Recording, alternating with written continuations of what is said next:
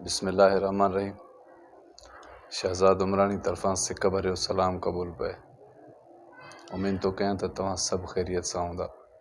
फूशरेल माण्हूअ जी हमेशह आदत हूंदी आहे त उहो चवंदो आहे त कंहिं वॾे माण्हू सां यारी रखां। उनजो नियापो ईंदो, फ़ोन ईंदी, को पैगाम उनजो पहुचंदो त पहिरें उघाड़े पहुचंदो। पंजनि माण्हुनि खे ॿियनि खे बि ॿुधायो वेंदो त मूंखे भोतार फ़ोन कई आहे, माना कम सां वेंदासीं। माना माण्हुनि खे ब्लैकमेल करणु, माण्हुनि जे अॻियां पंहिंजी वॾाई ज़ाहिर करणु, पंहिंजो रोब ज़ाहिर करणु। ऐं जॾहिं भोतार जी ओताक ते पहुचंदो आहे त भोतार चवंदो अथसि त भाउ अॼु महिमान था अचनि, ॿुहारी ॿुहारी ॾियाराए, ओताक खे साफ़ु कराए।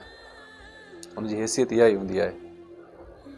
सॼो ॾींहुं पराए महिमाननि खे मानी खाराईंदो, ॿुहारी ॾींदो, ओताक जी सफ़ाई कंदो, शाम जो उबर सुबर बचियल खाई ॾाढो मुछुनि खे वट ॾेई वरी ॻोठु पहुचंदो। काॾे विया हो? भोतार सां कम सां वियासीं, माना फ़ख़ुरु महसूसु कंदो। इन टाइप जो हिकिड़ो नंढिड़ो किसो आहे, उहो तव्हां सां शेयर थो कयां। ॻोठ जो हिकिड़ो वॾेरो सुबुह जो रोज़ानो तयारु थी पंहिंजो टांगो कढियो वेंदो हो शहर।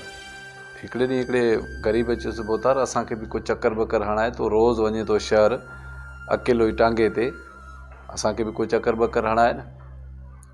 जॻह त इलाही आहे टांगे में, तूं वेठो आहे, तुंहिंजो ड्राइवर हलाए थो। हुन चयोसि ठीकु आहे, हिकिड़े ॾींहुं वठी हलंदुमि तोखे। हिकिड़े ॾींहुं हुनखे बि को शहर में कमुकारु हुयो, थोरो सामान वामान खणाइणो हुयो। हिनखे ॾिठईं, चई अचु तोखे शहर घुमायां।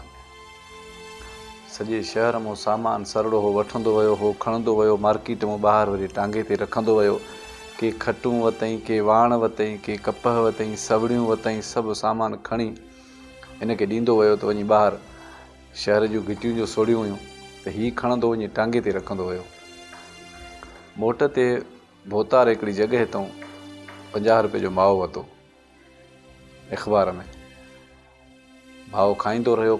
जॾहिं अख़बार उछलण ते हुयो त पोइ हिते ॾिठईं त वेठो आहे, पोइ अख़बार खणी उनखे ॾिनई। उहो अख़बार खे चटणु लॻो। अख़बार खे चटी, चई भोतार हे त वॾो मज़ो आहे हिन में। चई आहे न? चई हा। चई पोइ असां सां हूंदे त इहे मज़ा हूंदई।